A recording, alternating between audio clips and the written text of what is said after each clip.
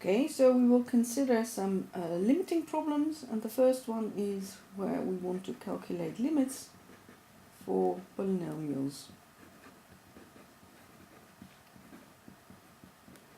Again, you find this material on pages 73 to 75 of the book. Now, the first case that we consider is the function f of x equal to x to the minus a, where a is positive. Now we can draw pictures of this function, and it will look like this. So if x is positive, we get something like this, and if x is negative, well, it depends on whether a is an even number or a is odd, and for any other number you cannot say anything. Of course 1 is not allowed. 3, 5, etc.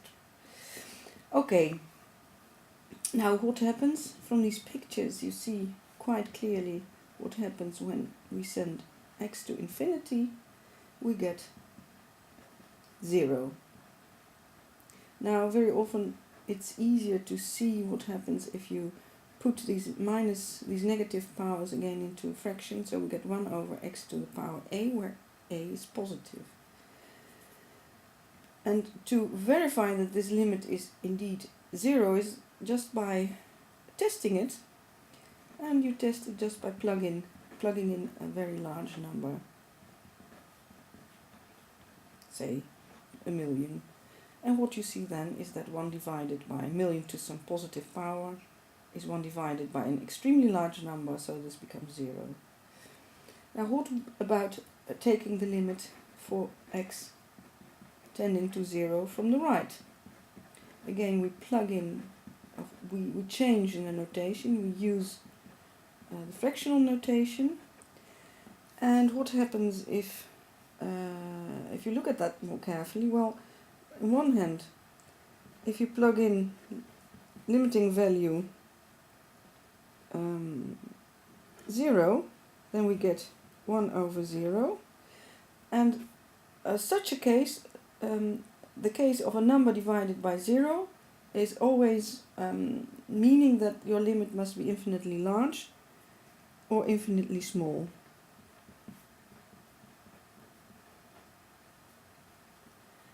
Now the question is always whether it's infinitely large or infinitely small, and you test this by plugging in a small number. For example, x equal to 1 over 1,000,000. Okay, let's do it here. So we get 1 over 1,000,000 to the power a. So this is an extremely big, an extremely small number. Dividing by an extremely small number gives us an extremely big number. So in this case, we get the answer plus infinity.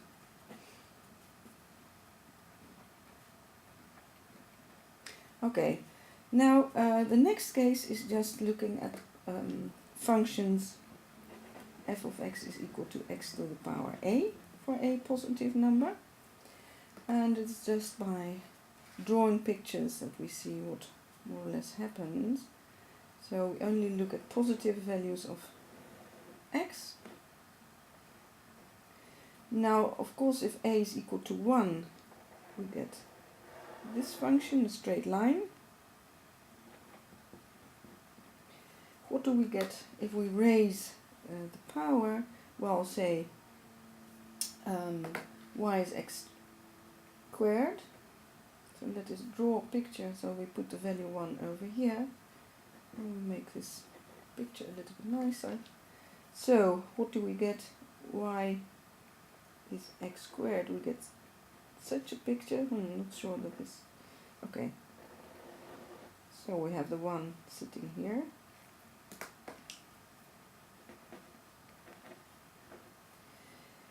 If we now raise the power even more, then we get this one. So it starts slower, but it then increases much faster. And if we do the reverse, we decrease the power, so we get y is equal to x to square root of x. Then this goes down, and if we decrease the power even more, then this becomes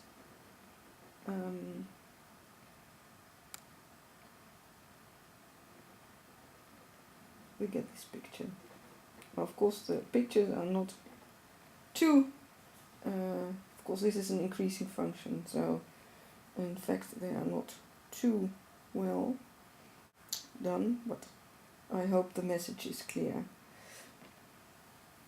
So what happens is that if you look at values of x to the power a for x large, then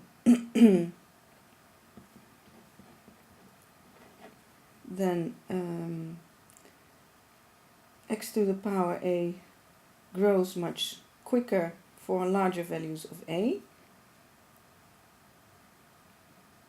So this is larger if a becomes larger.